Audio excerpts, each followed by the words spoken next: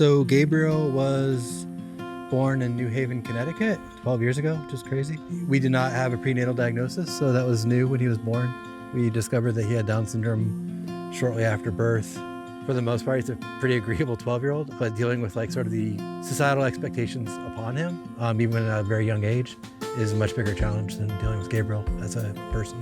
My wife is a tenacious advocate for my son. Any article that she could find to read, she'll read, and then she'll go through the sources and read those. But somewhere we found an article that talked about speech development and physical therapy in relationship to equine therapy.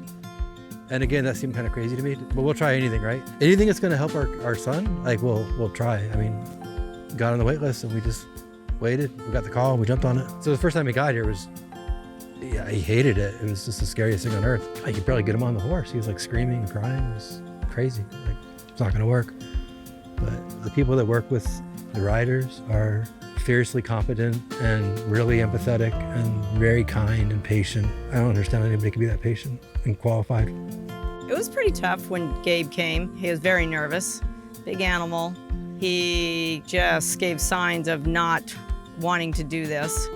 But as he continued, we gained momentum each time we came, and he would lean over on the horse really far, thinking he was gonna fall off, and slowly we came around and he would get straighter and straighter and sit up, and the confidence would just keep building. And then it would be a big this when he succeeded.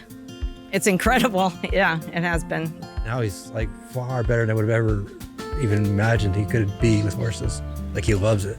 And then each time they would start to add these little, like, okay, now we're gonna throw a ball through a hoop, or now you're gonna put your arms out. And that's when you start to see it sort of like, that seems like an impractical goal, but he looks like he's actually trying, so let's stick with it. And he would get it, and so then they would tear it up, and they're, okay, so now we'll have him kneel. And I'm like, okay, well, that's never gonna happen. And now he's kneeling. You know, they have like a system, it's very methodical, and they're able to adapt it to each rider's needs. With Gabe versus the other riders, it's gonna be a totally different game plan. And they figure out that game plan for that kid and they get it to work. They take as long as the individual needs to get on the horse and to work with the horse. And if it takes 20 minutes and he just barely touches the horse, that's fine. When you have like these challenges and you achieve them and you succeed, that builds confidence to do other things, which is really inspiring. Physical ability has drastically improved. He's much more graceful than he was before, period. I mean, it's like absolutely evident in every possible way. It's a really fantastic organization that does really, really benevolent work. It's just awe-inspiring.